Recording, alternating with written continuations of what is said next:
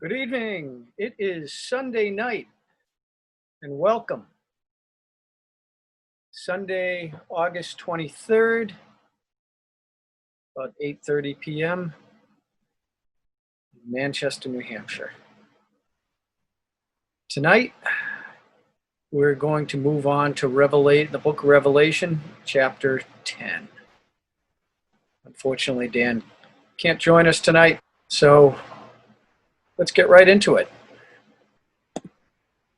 This is the book of Revelation, the Holy Bible, chapter 10.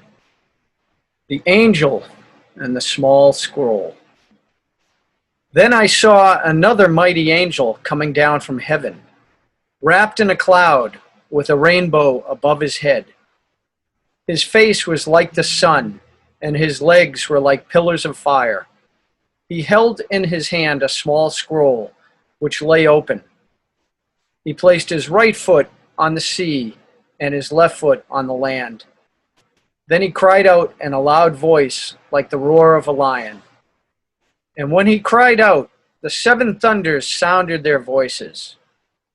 When the seven thunders had spoken, I was about to put it in writing, but I heard a voice from heaven saying, "Seal up what the seven thunders have said, and do not write it down." Then the angel I had seen standing on the sea and on the land lifted up his right hand to heaven, and he swore by him who lives forever and ever, who created heaven and everything in it, the earth and everything in it, and the sea and everything in it. There will be no more delay, but in the days of the voice of the seventh angel, when he is about to sound his trumpet, the mystery of God will be fulfilled, just as he proclaimed to his servants, the prophets. Then the voice that I had heard from heaven spoke to me again, saying, "Go, take the small scroll that lies open in the hand of the angel standing on the sea and on the land." And I went to the angel and said, "Give me the small scroll." "Take it and eat it," he said. "It will make your stomach bitter, but in your mouth it will be as sweet as honey." So I took the small scroll from the angel's hand and ate it, and it was as sweet as honey in my mouth.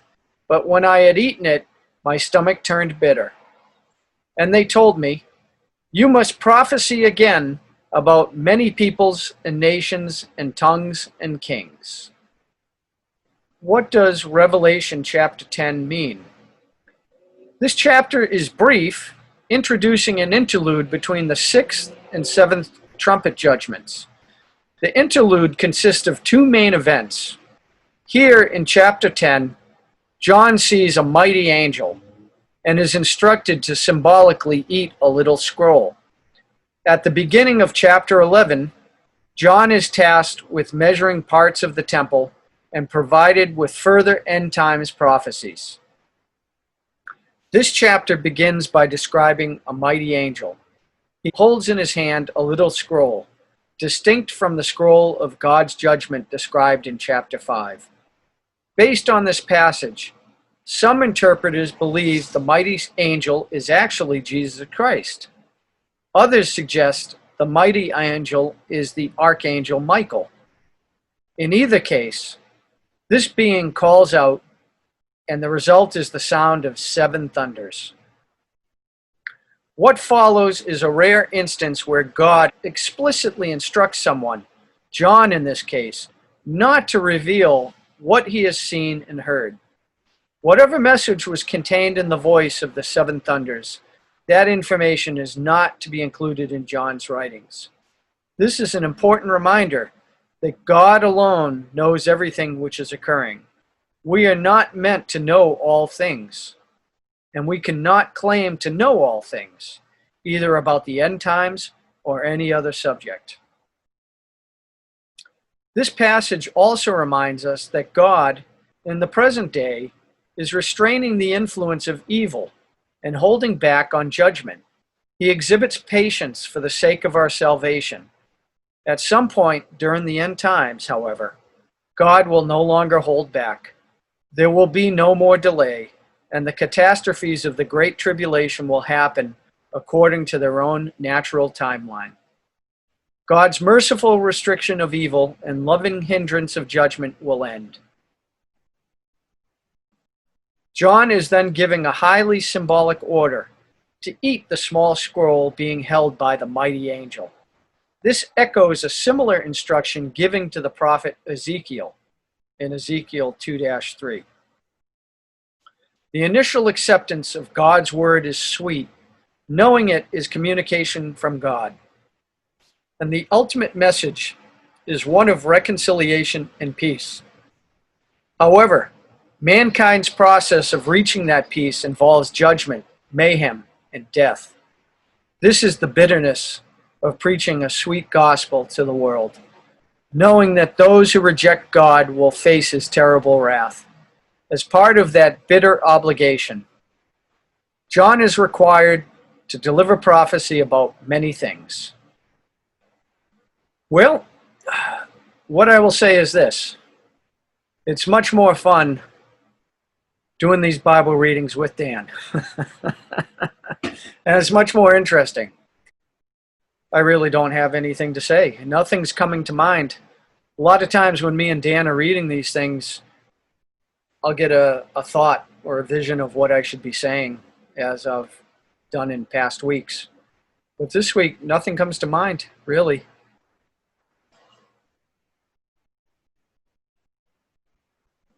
I think this drives home that I was saying to somebody, I was saying to Greg at Silver Liberties and his brother, Tim, they run the channel. And I forget the criticism they got in the channel, but he was making a video about it. And I wrote to him and I said, Greg, if Jesus Christ can't reach everybody, you and I certainly aren't going to be able to. So all you can do is the best you can do. People are either going to hear you or they're not. And if they can't hear you, if you can't reach them, that's on them. It's not on us. And I don't want to come across, I'm much more harsh than Dan. Dan is much better at this than me. I tend to speak my mind quite freely. So I try to bite my tongue so I don't get into trouble. But this world, the people in the United States and other countries, obviously I wasn't around 100 years ago, 200 years ago that I remember, if I was. So I don't know how the people were then. But a lot of people are just brain dead. Brain dead. They're not interested in figuring any of this out. They don't see any problems. They think that everything's fine and dandy. And, you know, I have my own challenges, so I can't worry about them. But I think sometimes I'm like, you know, I try to eat healthy. I try to exercise. I try to stay educated and stay up on things. I try to help other people. And it's still difficult. And I can't imagine if you're out there not caring about what kind of decisions you're making. How difficult is that life? Where, like, two things come to mind. I remember when, somebody would start working for me, and I basically would talk to them about healthcare, retirement, and then I remember this one guy, he smoked 3 packs of cigarettes a day. Now he was making, I don't remember what he was making, maybe $15 an hour. So cigarettes, I don't even know what cigarettes cost back then. Maybe cigarettes cost $5 a pack. I don't remember, $10 a pack. But let's just say it's $7 a pack. You're working, after taxes, you're probably working an hour, half an hour, 45 minutes for each pack of cigarette. So if you work 8 hours, you're working 2 hours a day just for your cigarettes. And then a lot of these folks would never even bother signing up for health care or their retirement. And I'd talk to them and be like, hey, when you sign up for the retirement, The company pays 50 cents, or you pay $1 and the company pays 50 cents, and they're like, I don't want to spend $1. I'd be like, no, no, no. You get 50 cents for free. I don't want to spend $1. I'd be like, okay, whatever. So I think the spark has to be in the person. And it's kind of like somebody on drugs or drunk, or if you gain too much weight, or if there's something in your life that you're not happy with. All of us have reached the bottom where we just say, okay, this can't continue. I've got to change this. Could be a relationship, right? Could be a job. Could be anything. And you finally just say, time to take action. But why do we always have to wait until we reach the bottom? Why do we always have to wait until we are in pain? Why can't we see the path that we're going down, especially as we get older? I mean, I'm not 20 years old anymore, right? So for me to make the mistakes of a 20-year-old, you'd have to be pretty stupid. But there are people who don't learn lessons, and I hope I'm not one of them.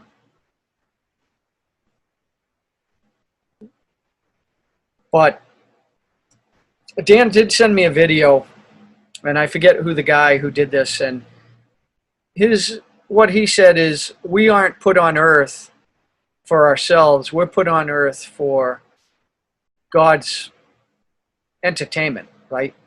Because he put us here because he loves us, and he wants to take pleasure in us, watching us live. And it's kind of like if you have a child, you're not sitting there like a puppet, right? But you take pleasure. I mean, you may just sit there and watch them sleep and take joy in just watching them sleeping. Or if they have an accomplishment, or their first day walking or first day of school, you take pleasure in that. And they say that's how God looks at us, is we're his children. Let me turn this off. Yeah, this.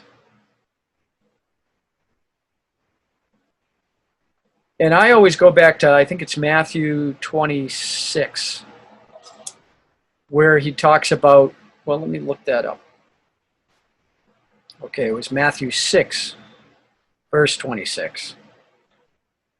This is one of my favorite passages in the Bible, and it's something that I frequently talk to Dan about, because it's a good reminder. Matthew book 6, chapter 6, verse 26. Okay. Therefore I tell you, do not worry about your life, what you will eat or drink, or about your body, what you will wear. Is not life more than food, and the body more than clothes? Look at the birds of the air. They do not sow or reap or store away in barns, and yet your heavenly Father feeds them. Are you not much more valuable than they? Can any one of you, by worrying, add a single hour to your life? People of faith who are actually able to live with actions their beliefs, they're brave people. Because if you went out onto the street and asked people, right, it's why people stay in bad situations, or it's why people stay in unhappy situations, because of fear of change, or fear or worry. And it's why maybe people don't change situations until they hit rock bottom, right? So if we go to the Revelation 10, so even though God knows that most people, well, I don't know if it's most, a lot of people are going to ignore him, even in the worst hours of their life in these end times, he still holds off judgment, giving people time to wake up, giving people time to put their trust and their faith in His Word.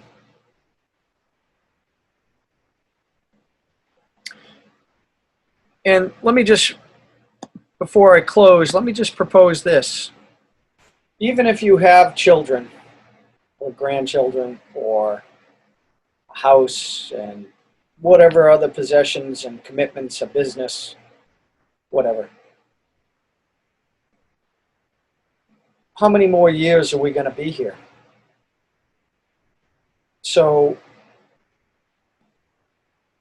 in reality, and you'll see in past videos, I take walks through graveyards. I find them to be peaceful places because there's usually not a lot of people, but also it's a reminder. It's a reminder that all those people were sitting and breathing and eating and loving and thinking and worrying and all the same things that we do. Back in thousands of years ago, they were having these same discussions. And we all have to reach our own decisions. I mean, because when we're dead,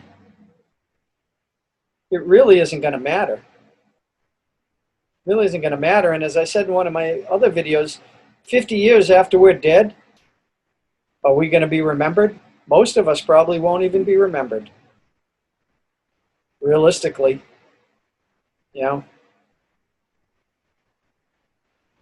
even if there's a video of you, people will be like, oh yeah, that was my great-great-grandma, but did they know you? So,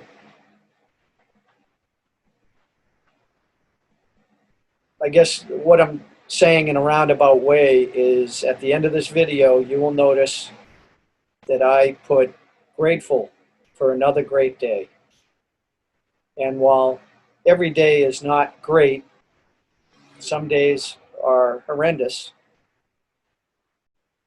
this is one day. Think about it. I mean, if you live 100 years, right? 100 years, that's only 36,500 days. Sounds like a lot, right? But if you think in terms of dollars, $36,500, not a lot of dollars. Especially when you compare it to the national debt. So, pretty easy to spend $36,000, isn't it? So, one day, one day goes pretty quick. And there's no guarantee we'll have 36,500 days. And even if you do have them, how functional are those days? Maybe we only have 15,000 days that are actually useful, productive days. Who knows?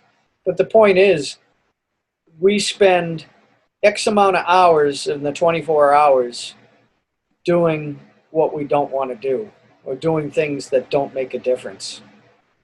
Maybe that's why our country got lost. Maybe you don't think the country's lost. Fine. So be it. So today's August 23rd. By the end of this year, I suspect that this country will be feeling a lot of pain. A lot of real pain. And for those people who are scared and anxious today, wow, we haven't seen anything yet. It's just our mind playing with us at this point if you're worried or anxious. Now we'll really start to see all these mistakes that this country's made. I'm sure Dan would have a lot to add to this that I'm not adding, but you folks can chime in on what you think it means. Hey, never hurts to tell those you love them. But more importantly, and I'll just do another side story. Here we go, another side story.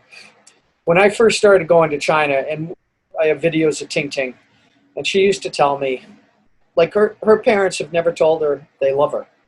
And you see it today, but traditionally, the Chinese aren't really big into words about, oh, I love you so much.